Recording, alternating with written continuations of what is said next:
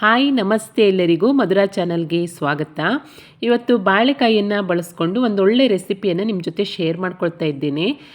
Fibre ಅಧಿಕವಾಗಿರುವಂತಹ ಈ ಬಾಳೆಕಾಯಿ ಆರೋಗ್ಯಕ್ಕೆ ತುಂಬಾ ಪ್ರಯೋಜನಕಾರಿ. ಬನ್ನಿ ಏನು ಮಾಡೋದಂತ ನೋಡೋಣ. ಮೊದಲಿಗೆ ನಾನಿಲ್ಲಿ ಒಂದು 3 ಬಾಳೆಕಾಯಿಯನ್ನು ತೆಗೆದುಕೊಂಡು ಇದ್ರ ಮೇಲ್ಗಡೆ ಇರುವಂತಹ ಸಿಪ್ಪೆಯನ್ನು ತೆಗೆದು ಹಾಗೆ 2 ತುದಿಗಳನ್ನು ಕಟ್ ಮಾಡಿಕೊಂಡು ನಂತರ ಇದನ್ನು ಚಿಕ್ಕ ಚಿಕ್ಕದಾಗಿ ಕಟ್ ಮಾಡ್ಕೊಳ್ತಾ ಇದ್ದೇನೆ. ಈ ರೀತಿಯಾಗಿ ಚಿಕ್ಕ ಚಿಕ್ಕದಾಗಿ ಕಟ್ ಮಾಡಿಕೊಂಡ್ರೆ ತುಂಬಾ ಚೆನ್ನಾಗಾಗತ್ತೆ ರೆಸಿಪಿ.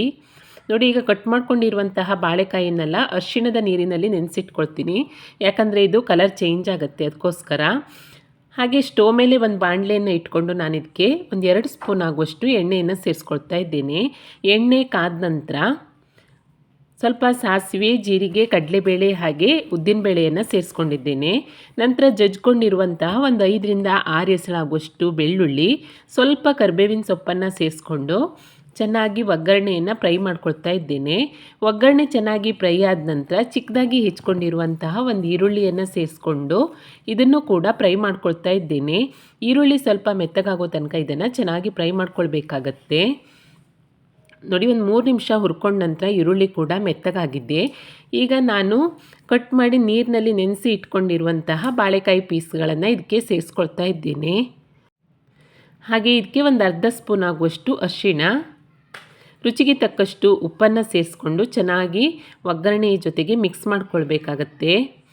ಈ ರೀತಿ ಮೇಲೆ ಕೆಳಗೆ ಮಾಡಿ ಚೆನ್ನಾಗಿ ಮಿಕ್ಸ್ ಮಾಡ್ಕೊಂಡ ನಂತರ ಇದಕ್ಕೆ ಒಂದು ಲಿಡ್ಡನ್ನು ಮುಚ್ಚಿಬಿಟ್ಟು ಬಾಳೆಕಾಯಿಯನ್ನು ಚೆನ್ನಾಗಿ ಬೇಯಿಸ್ಕೊಳ್ಬೇಕು.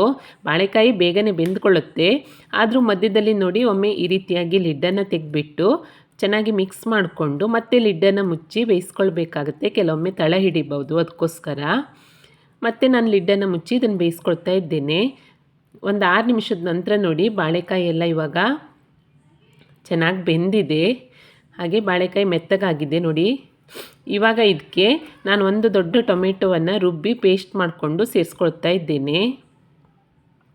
ಹಾಗೆ 1 ಸ್ಪೂನ್ ಆಗುವಷ್ಟು ಖಾರದ ಪುಡಿ, 1 ಸ್ಪೂನ್ ಆಗುವಷ್ಟು ಧನಿಯಾ ಪುಡಿ, ಒಂದು ಅರ್ಧ ಸ್ಪೂನ್ ಆಗುವಷ್ಟು ಜೀರಿಗೆ ಪುಡಿ, ಹಾಗೆ ಟೊಮೆಟೊವನ್ನು ರುಬ್ಕೊಂಡಿದ್ನಲ್ಲ ಅದೇ ಪಾತ್ರೆಗೆ ಒಂದು ಅರ್ಧ ಕಪ್ ಆಗುವಷ್ಟು ನೀರನ್ನು ಸೇರಿಸಿ ಇದಕ್ಕೆ ಸೇರಿಸ್ಕೊಳ್ತಾ ಇದ್ದೇನೆ. ಇವಾಗ ಎಲ್ಲವನ್ನು ಒಮ್ಮೆ ಚೆನ್ನಾಗಿ ಮಿಕ್ಸ್ ಮಾಡ್ಕೊಳ್ತೀನಿ. ಈ ರೀತಿಯಾಗಿ ಮಾಡ್ಕೊಳ್ಳೋದ್ರಿಂದ ಬಾಳೆಕಾಯಿ ಪಲ್ಯ ಚೆನ್ನಾಗಾಗತ್ತೆ. ಈಗ ಎಲ್ಲ ಮಿಕ್ಸ್ ಮಾಡ್ಕೊಂಡ ನಂತರ ಲಿಡ್ಡನ್ನು ಮುಚ್ಚಿಬಿಟ್ಟು ಮತ್ತೆ ಬೇಯಿಸ್ಕೊಳ್ತಾ ಇದ್ದೇನೆ.